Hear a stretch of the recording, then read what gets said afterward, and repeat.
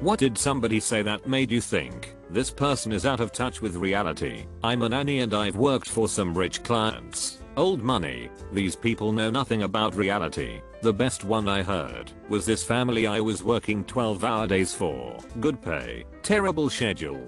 At one point I was bouncing their baby on my knee and the mom goes, "Being a mom isn't that hard. I don't know why other women complain about it so much, while her nanny is literally caring for the baby."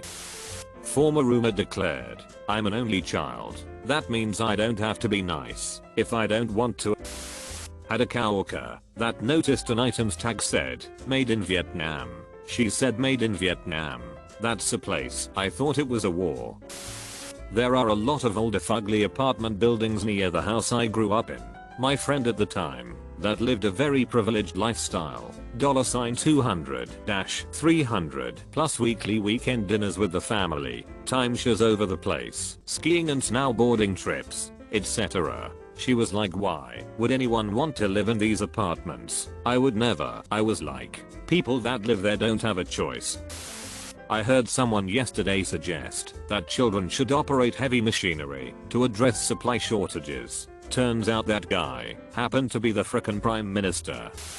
Once got in an argument with a girl that people would rather die of starvation than eat something that's carcinogenic. I asked if she was seriously saying people would choose to starve to death over the course of a month and risk potentially developing cancer in a few years, and she said yes. I asked if she'd ever gone an entire day without eating before, or knew what that felt like. She hadn't. Sophomore year of high school, in my biology class, this one girl got into a conversation about what causes the winter season with the teacher, and she goes, "Winter happens because the sun turns cold, right?" Honestly, I'm still having trouble processing that one, and it's been 8 years. My aunt is a bit into that. She's done really well for herself, but has forgotten that not all of us are retired engineers who play the stock market for fun, says part-time. She suggested Thanksgiving at my place one year, and I had to remind her that I lived in a 2-bedroom apartment, and inviting around 15 people there wasn't going to work.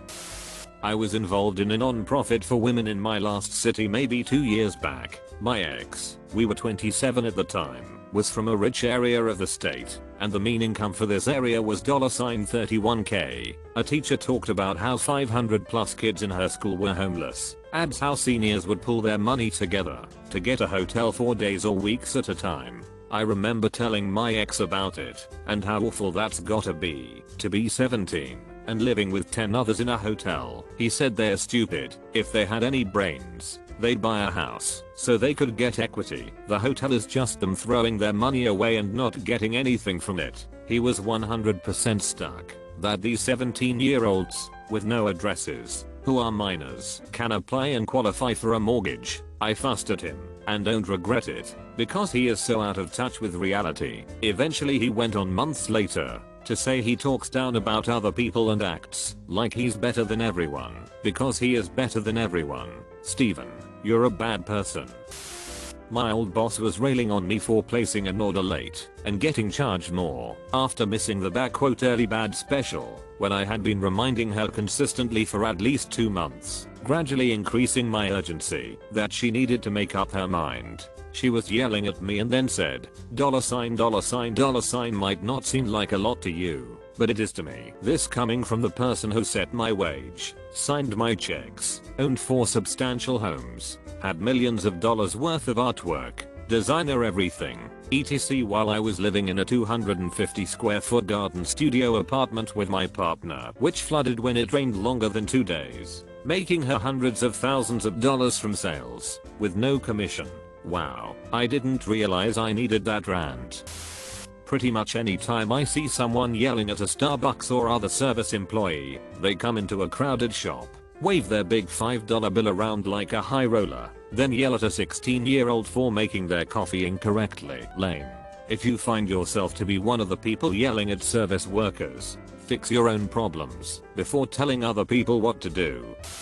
A friend of mine in college was absolutely shocked when I and several other friends pulled out our childhood/hometown public library cards at dinner one night. She could not fathom that all of our families went to the library regularly when we were growing up. and that this is an extremely common experience for a lot of people. When I asked her what she did when she wanted to read books growing up, she said my family just bought them all.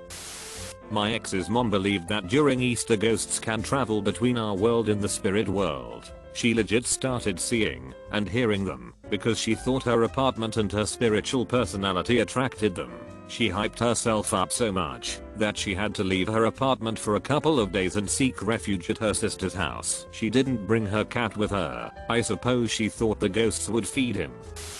My husband's friend insisted on taking us to the best, most authentic Chinese restaurant in town. I'm Chinese. He's a Jewish guy who has never been to any Chinese speaking country. The food wasn't good, nor was it authentic. He had the most smug look on his face when he sat back and quirked his eyebrow at me, as if expecting me to heap praise onto him.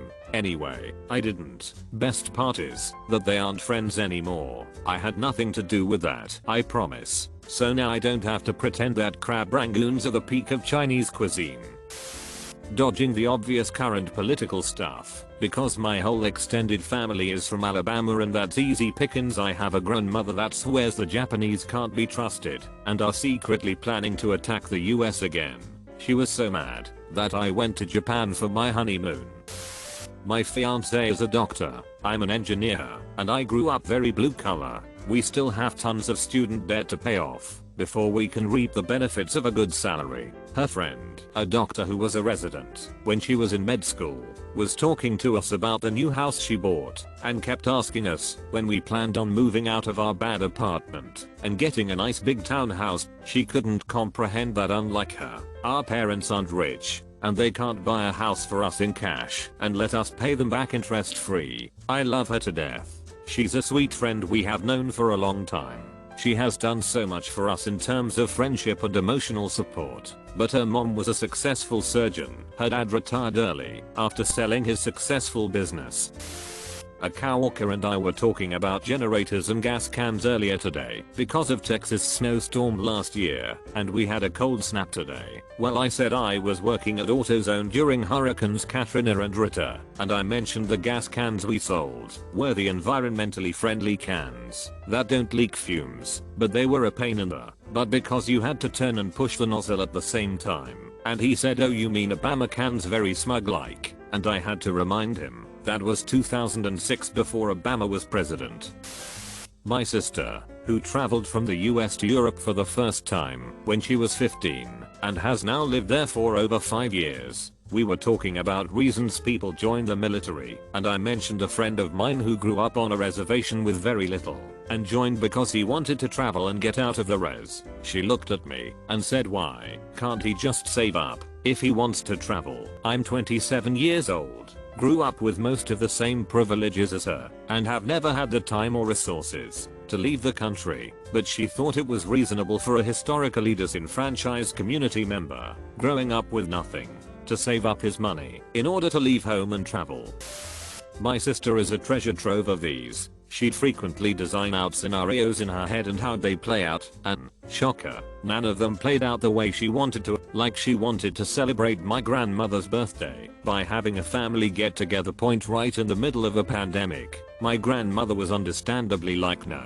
Have you looked outside recently?" Or more recently, "Our mom had a cancer scare. She's fine now, thankfully." And my sister's plan to take care of things, have her move to the same town my sister lives in, which is a gentrified town where the rent is insane and our mom doesn't exactly have a lot of money to go around. How's she supposed to live there? Oh, I dunno. Just get a job. Never mind the fact that our mom is getting up there in age and she does work, but trying to hoist more work onto her is going to break her. She lives in some idealistic reality where everything goes as planned. It never, ever does. I have two good ones. Dude I used to be friends with said that all of human history and scientific discovery was full of because women, as a group, sat down together and came up with a plan to destroy men / the natural way of life in the 60s and had their simps rewrite everything. Dude I used to live with was terrified, and I mean genuinely terrified, of Google Homes because he thought the government was using them to spy on him in particular, and then bought a voice controlled Android smart TV. He also said he would never buy an Android phone because that's how they get you, but in the same conversation, said that's why he uses Google Chrome, so they can't track him, lol.